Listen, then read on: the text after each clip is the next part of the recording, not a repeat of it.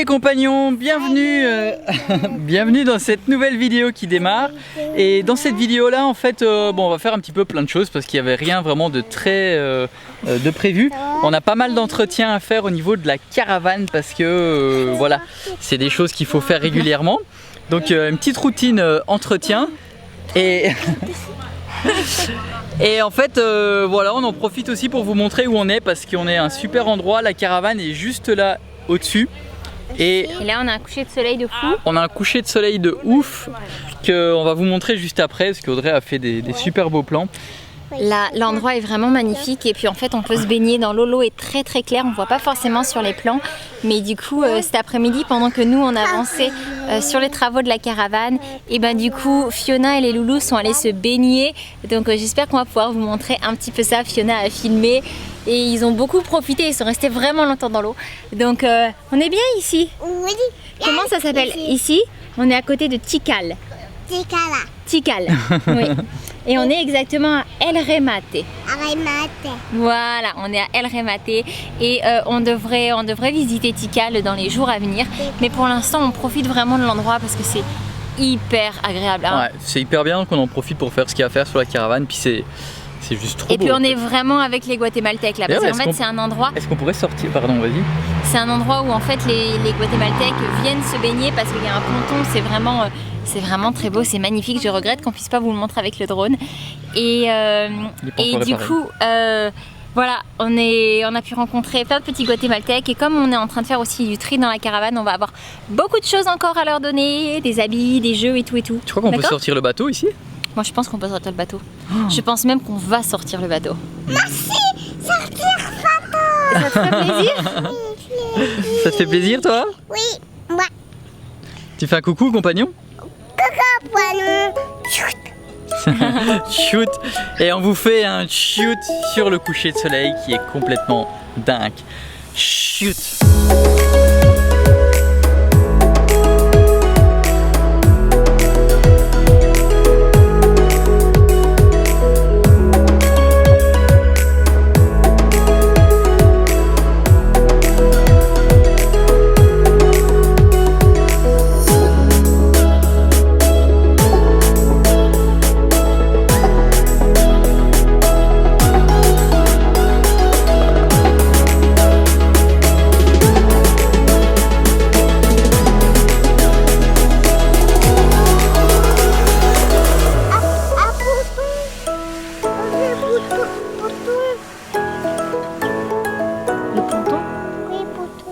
Parce que l'eau elle est montée, donc du coup on voit moins le ponton. C'est plus enfoncé dans l'eau le ponton. Tu comprends?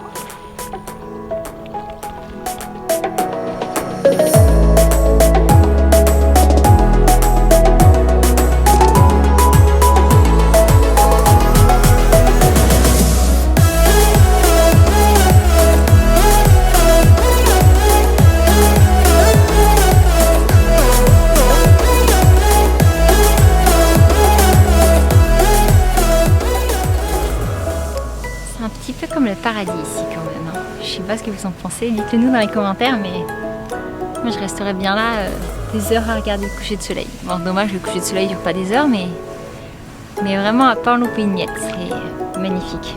J'adore.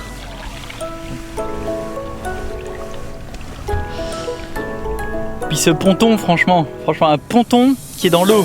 Là, comme ça, vous le voyez. Et regardez, et Liberty est juste là-bas. On est juste là-bas au-dessus, quoi. C'est trop bien.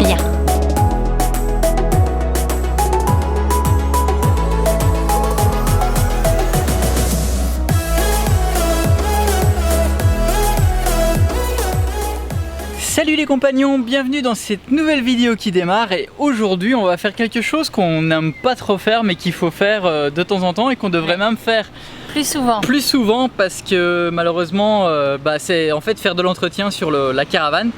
Donc on va faire une petite routine d'entretien et il y a des choses en fait qu'on n'aurait pas dû devoir faire si on l'avait fait plus régulièrement.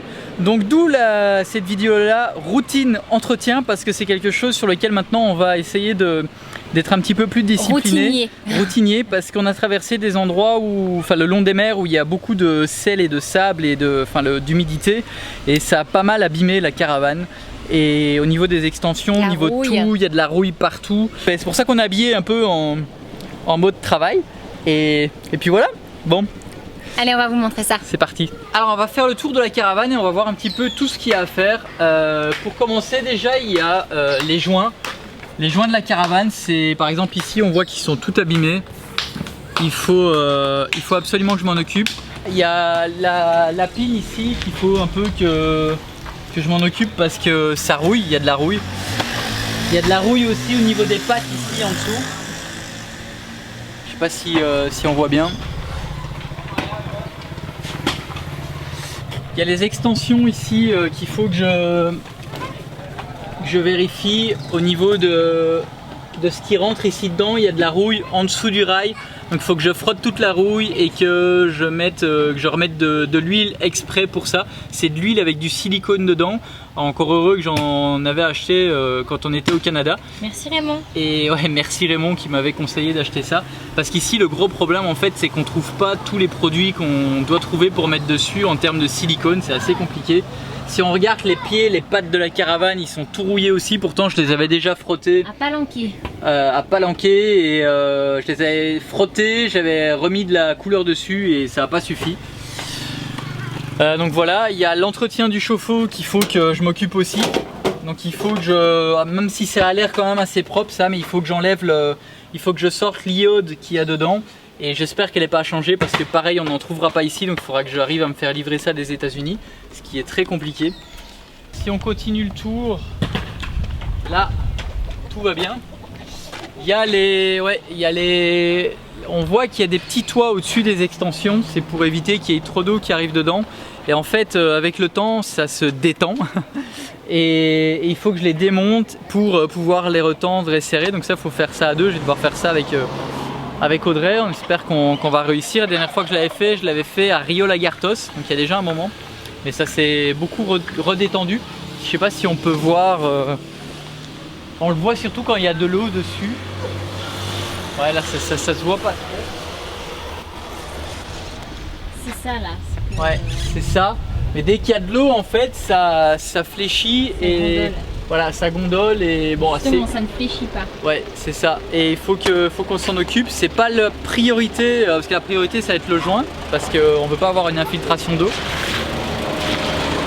Il y a les joints aussi à faire sur le toit. Mais ça normalement, ça je les regarde assez régulièrement, ça devrait aller. Donc ça c'est bon.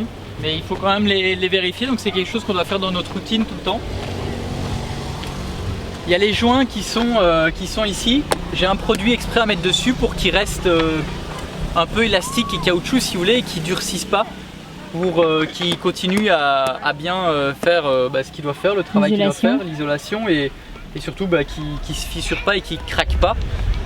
Donc ça c'est assez rapide, j'ai un produit à mettre dessus qui est assez simple, mais il y en a tout le tour donc il faut les faire. Là c'est bon. Pareil, hein, donc il faut que je vérifie tous les joints partout, de tout. Là c'est quand on avait accroché que j'avais accroché un poteau avec le porte-à-faux vers c'était où? Je sais plus. Enfin on sait plus, mais c'est ça, donc j'avais réparé comme je pouvais, j'avais refait des joints et tout. Mais il faut que je revérifie et tout, qu'il n'y ait pas d'entrée d'eau. Donc voilà.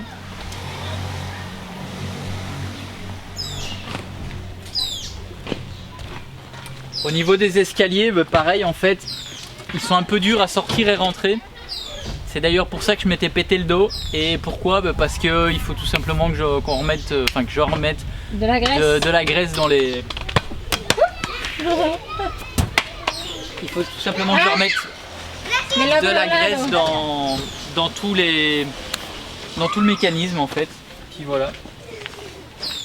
Un gros truc qu'on doit aller vérifier, mais que ça je pourrais pas faire ici, c'est vérifier les freins. Il faut que j'aille dans un garage avec la caravane pour faire démonter les roues et qui vérifie les freins à l'intérieur, parce qu'on l'a jamais fait depuis qu'on est parti.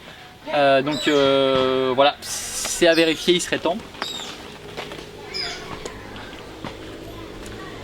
Au niveau du haut-vent, là tout va bien, donc il n'y a pas de souci, sur ce point-là.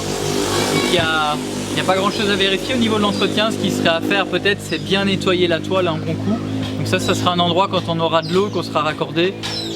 C'est quelque chose qu'on va faire, c'est qu'on va bien nettoyer la toile parce qu'avec le soleil, les poussières et tout, le sable, on voit qu'elle s'abîme et ça n'arriverait pas si on la nettoyait plus souvent.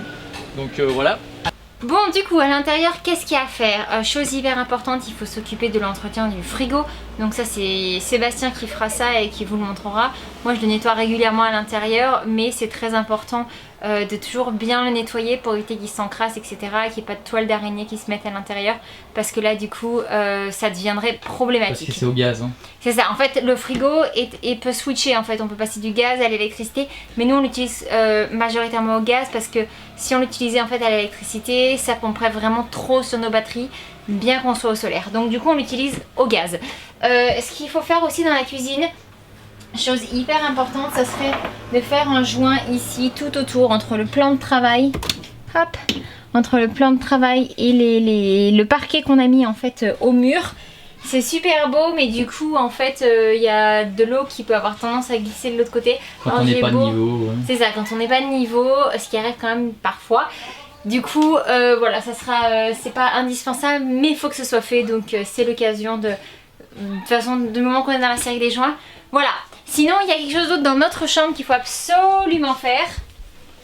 C'est des choses qui cassent souvent, ouais. Hein, c'est comme les portes et tout ça. Alors, j'ai commencé à faire du tri dans nos affaires. Donc ça, c'est déjà toutes des affaires qu'on a à donner. Et ça, c'est juste pour nous. Faut que je m'aille m'occuper du côté des enfants. On fait ça, genre tous les 6 mois, tu fais un gros... Bah, tous les 3 mois, je dirais plutôt. Je l'ai fait il n'y a pas si longtemps. Là, il y a ce tiroir qui est cassé. Donc en fait, tu dois réparer ça. Ouais, en fait, il y a... Hop. Je vous prends avec, on a souvent des portes et des tiroirs qui cassent des charnières parce que c'est... Parce que c'est pas de la super top qualité quand même, mais bon après on en a pour notre argent, hein, mais on bouge beaucoup et tout. Mais c'est sûr qu'il y a, c'est pas des matériaux comme dans une maison, donc il y a beaucoup plus d'entretien à faire, des vis qui cassent, des portes qu'il faut réparer. Et tout ça, c'est voilà, on a souvent ça à faire. Donc ça, par contre, dès que ça arrive, par contre, on répare parce que tout de suite, parce que sinon ça devient comme le tiroir là qui vient de casser. Ben je vais le réparer. Et puis ou Audrey va le réparer. C'est pas grave en soi, c'est juste que c'est quelque chose qu'il faut faire au même titre qu'il faut remettre de l'huile dans la porte aussi. Ouais, il faut remettre de l'huile dans la porte parce qu'elle a tendance à... Les charnières ont tendance à durcir et grincer. Ça c'est dû au fait qu'on change souvent de température au niveau plus de l'humidité et au niveau de l'air de la mer quand on était parfois on a de l'air sur la riviera Maya. Plus humide, parfois de l'air qui est assez salé quand on est en bord de mer. Donc forcément, c'est des choses auxquelles il faut faire attention. C'est ça. Bon, donc on s'y met et on mettra dans le montage tout ce qu'on peut, mais ce qui est sûr, c'est que ça va nous prendre plus qu'une journée. Donc voilà, ça c'est un petit peu pour vous montrer que vivre sur les routes, c'est bien. Mais ça demande beaucoup d'entretien, plus que dans une maison, je pense. Ouais, enfin, c'est même pas, je pense, c'est sûr, parce qu'il faut le vérifier tout le temps, parce qu'on bouge, parce que voilà, la caravane bouge beaucoup. Et puis il y a des petits accidents qui arrivent tout le temps. Et voilà, donc c'est quelque chose qu'il faut penser si vous voulez un jour partir sur les routes. L'entretien, c'est quelque chose qui n'est pas négligé parce que c'est notre maison et c'est hyper important, ouais, parce que la petite poussière peut vite devenir une avalanche en fait, ouais, et causer de très très gros problèmes si on n'en prend pas soin très rapidement. C'est ça. Et nous parfois on a tendance à négliger, mais bon... Ça dépend quoi. Ça dépend, voilà. Donc mais là on s'y met, ça y est, c'est le moment. Voilà.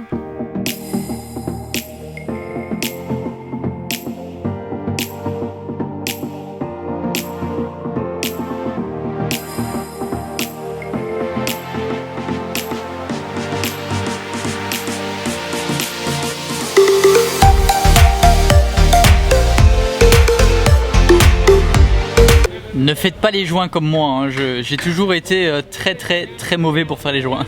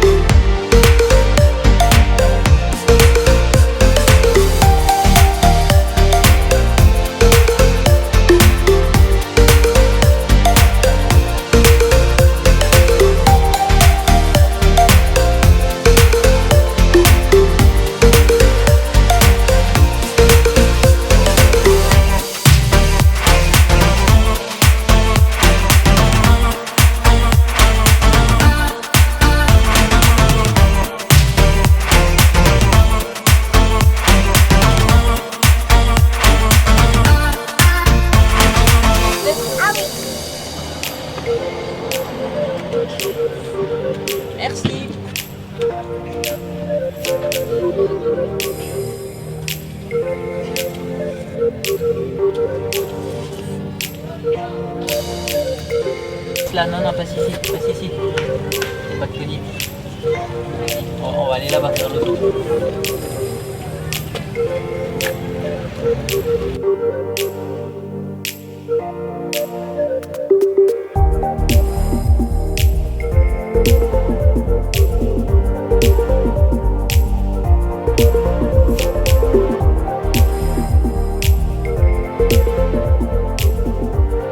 L'eau est tellement bonne.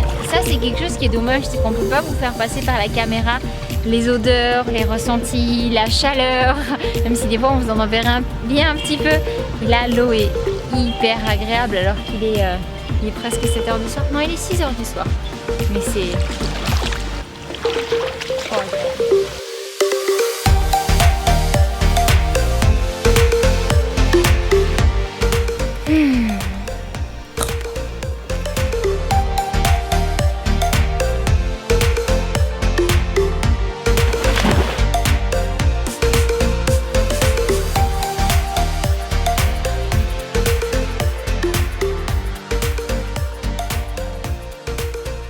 Oh, on vient de rencontrer Javier, un Espagnol qui vit proche de la frontière française, en fait, plus ou moins à côté de Barcelone. Et en fait, j'ai commencé à discuter avec lui et ce qu'il fait, c'est juste génial. Ça fait 6 mois qu'il est parti d'Espagne. Il est arrivé au Mexique et il voyage juste avec un skate. Et ça, on n'avait encore jamais rencontré ça, c'est trop génial. Donc en fait, il vient de planter son petit campement pour la nuit et du coup, on va lui poser quelques questions. Hola. Hola, ¿qué tal? Ustedes viajando con su plancha, ¿cómo se llama? Esto es, Longboard. sí, esto es un longboard que es especial para carretera. Ok. En fait, c'est une planche de skate qui est spéciale en fait pour aller sur les routes. Sí, es como para viajar, es como mi carro. Ok. Quand, en fait, pour voyager, c'est comme sa voiture. Et comme l'idée viene a usted para viajar como es. Mi idea, había 3 chicos canadienses que viajaron de Perú a Bolivia Ok. y se me ocurrió igual la idea porque yo practicaba esto desde pequeño. Ok. En fait, il a des amis canadiens qui ont voyagé du Pérou jusqu'en Bolivie, si j'ai tout bien compris. Et du coup, comme il a toujours fait du longboard, en fait, il s'est dit mais c'est génial, c'est exactement ce que moi je dois faire aussi. Est-ce qu'il a rencontré des difficultés là depuis qu'il est parti? Y el inicio de su viaje estaba en México. Sí, Y ¿tienes dificultades? dificultades Sí, viajando. sí, ¿cómo es? Sí, ¿Qué? te puedes caer. On peut tomber. Puedes peux tomber y te caer, faire o mal. cuando acampas, igual no siempre en los sitios no les agrada que acampes, por ejemplo acampaba en la playa. Ok, c'est pas toujours facile en fait de camper par exemple sur la plage, etc. Ok. Il n'y a pas de problème avec la tente?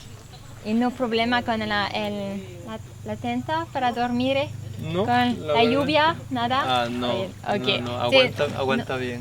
Ok, il n'a pas eu de problème particulièrement avec la tente, etc. C'est toujours la question qu'on se pose pour dormir dans les tentes. Moi j'ai souvenir de camper en tente quand j'étais petite avec mes parents et je peux vous assurer qu'on a pris des sacrées douches qui nous ont fait arrêter des vacances en fait sous la tente.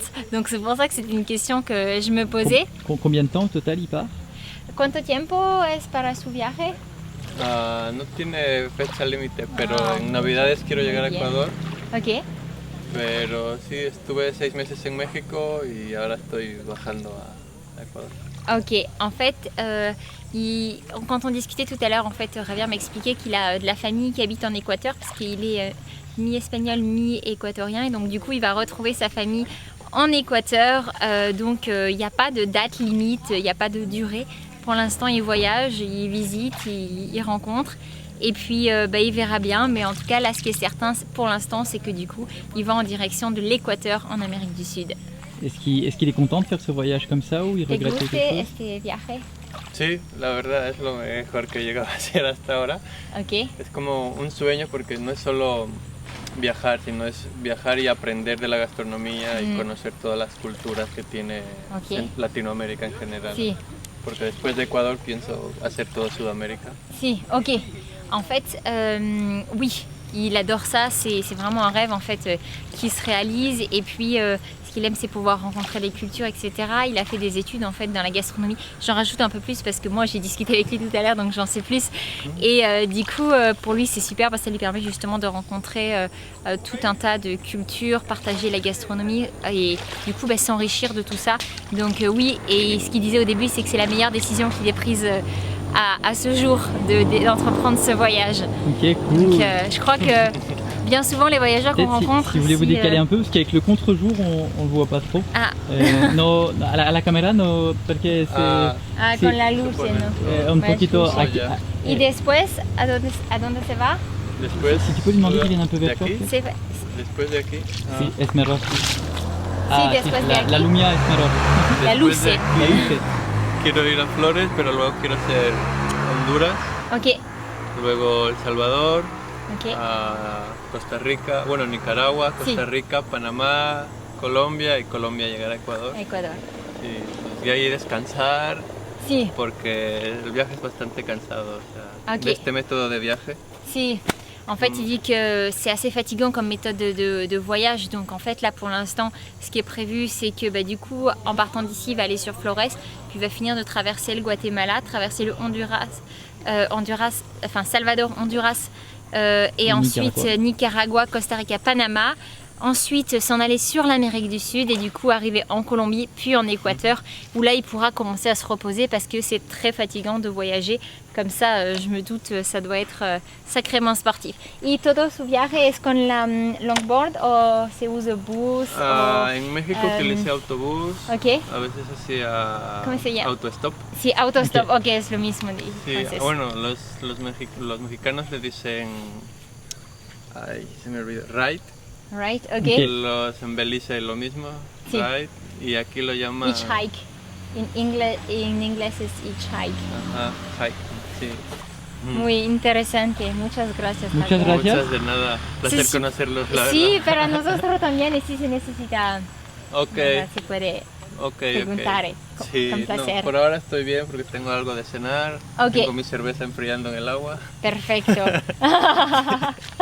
Perfecto. Métodos rurales para viajar. Buenas noches, hasta mañana. Ok, buenas Ok, noches. buenas noches. Hasta mañana, que descanse.